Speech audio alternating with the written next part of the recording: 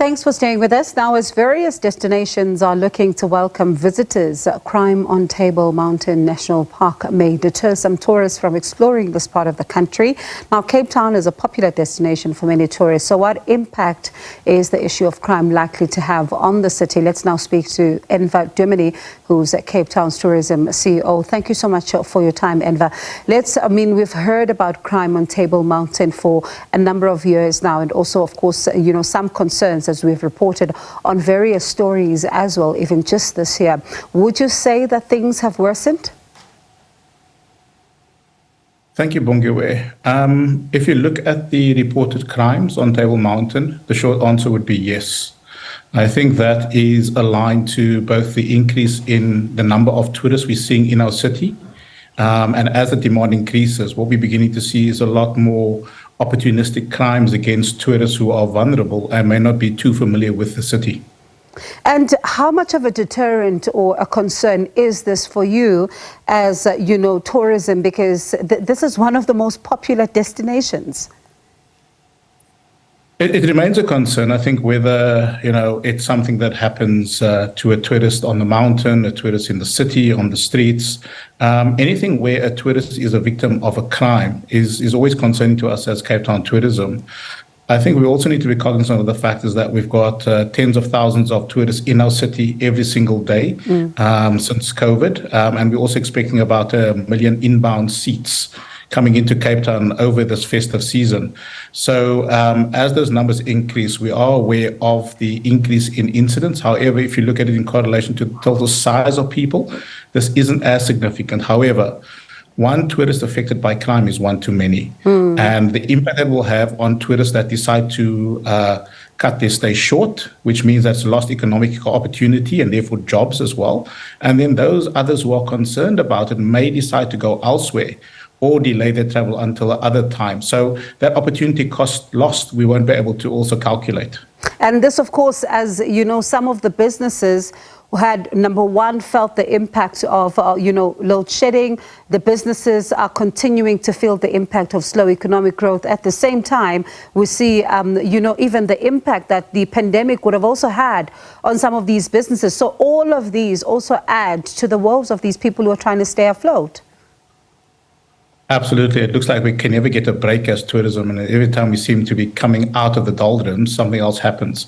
I think when we look at load shedding, where Cape Town is fortunate to a large extent is that load shedding has been with us for more than a decade. Lots of small businesses have put in alternative energy supply, looking at hotels and restaurants moving on to gas.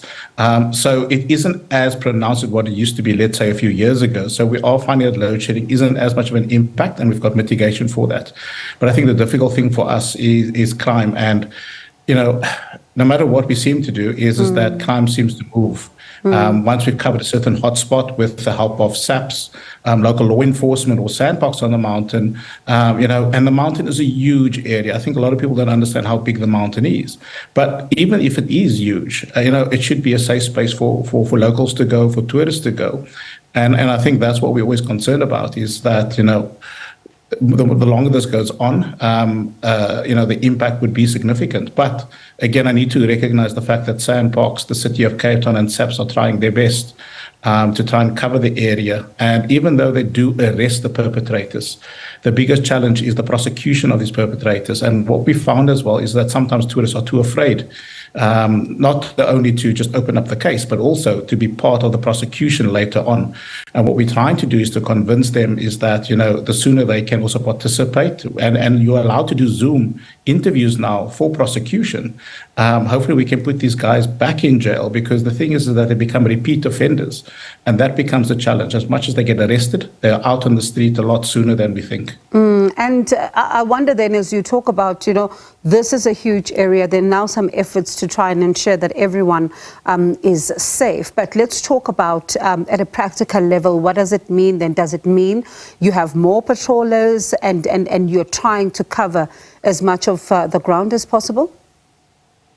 So as per Sandbox and the City of Cape Town, they made an announcement about 2 weeks ago around deploying more boots on the ground, which is, of course, trying to get visible policing as well as making sure they cover as much of the mountain range as possible.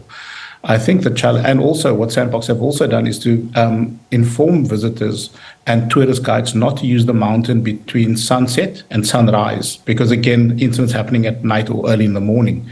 But the other thing is there's technology being used. The city is deploying drones, they're deploying the eye in the sky.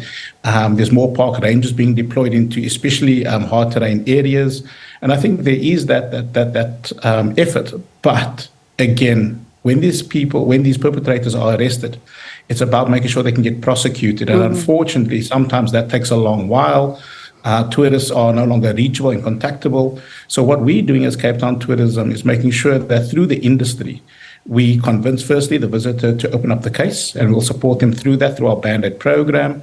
We also make sure that we are looking at hopefully how we can bring in resources to help with following up on prosecutions, because we know the police and SAPs are inundated with lots of other crimes that they need to deal with. So we need to be able to push that. And of course, convincing the tourist to be an eyewitness as part of the process, so that these guys can be prosecuted to the full extent of the law.